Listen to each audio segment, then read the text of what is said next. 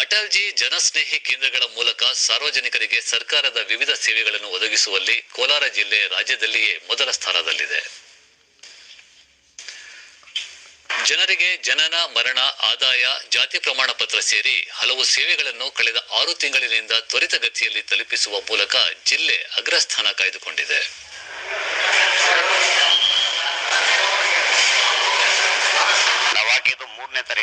ದೂರದರ್ಶನದೊಂದಿಗೆ ಫಲಾನುಭವಿ ನಾಗರಾಜ್ ವಂಶವೃಕ್ಷಕ್ಕೆ ಅರ್ಜಿ ಸಲ್ಲಿಸಿದ್ದು ಕೆಲವೇ ದಿನಗಳಲ್ಲಿ ವಂಶವೃಕ್ಷ ದೊರೆತಿದ್ದು ತ್ವರಿತ ಸೇವೆಯಿಂದ ಸಂತಸವಾಗಿದೆ.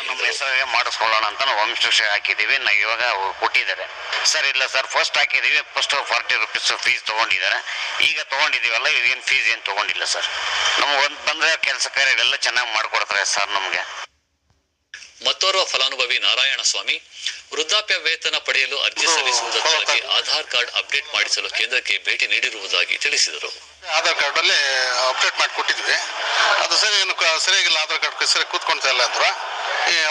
ಅಪ್ಡೇಟ್ ಮಾಡಿಕೊಟ್ಟಿದ್ವಿ ಸರ್. ಈಗ ಸ್ವಲ್ಪ ಮಿಸ್ಟೇಕ್ ಇತ್ತು ಅಂತ ಸರಿ ಮಾಡಿಕೊಟ್ರು. ಸರಿ ಮಾಡಿದ್ದಾರೆ. ಸ್ಕೂಲಲ್ಲಿ ಆಗ್ಬೋದು, ರೇಷನ್ ಕಾರ್ಡ್ಗೆ ಪ್ರತಿಯೊಂದಕ್ಕೂ ತಮ್ಮ ಮಗುವನ್ನು ಬೇರೆ ಶಾಲೆಗೆ ಸೇರಿಸಲು ಜಾತಿ ಮತ್ತು ಆದಾಯ ಪ್ರಮಾಣ ಪತ್ರಗಳನ್ನು ಪಡೆಯಲು ಕೇಂದ್ರಕ್ಕೆ ಬಂದಿರುವುದಾಗಿ ಹೇಳಿದರು.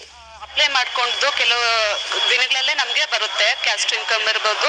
ಇದಕ್ಕೆ ನಾವು ಆಧಾರ್ ಕಾರ್ಡ್ ಬೇಕಾಗುತ್ತೆ, ರೇಷನ್ ಕಾರ್ಡ್ ಬೇಕಾಗುತ್ತೆ. ಹಾಗೇನೆ ಹೊಸದಾಗಿ ಅಪ್ಲೈ ಮಾಡ್ತಿದ್ರೆ ಮಗು ಸರ್ಟಿಫಿಕೇಟ್ಸ್ ಬೇಕಾಗುತ್ತೆ. ಅದ್ರ ಜೊತೆಗೆ ತಂದೆದು ಹಳೆ ಒಂದು ಡಾಕ್ಯುಮೆಂಟ್ಸ್ ಸಬ್ಮಿಟ್ ಮಾಡಿದ್ರೆ ನಮಗೆ ಇಲ್ಲೆಲ್ಲ ಸಿಗುತ್ತೆ.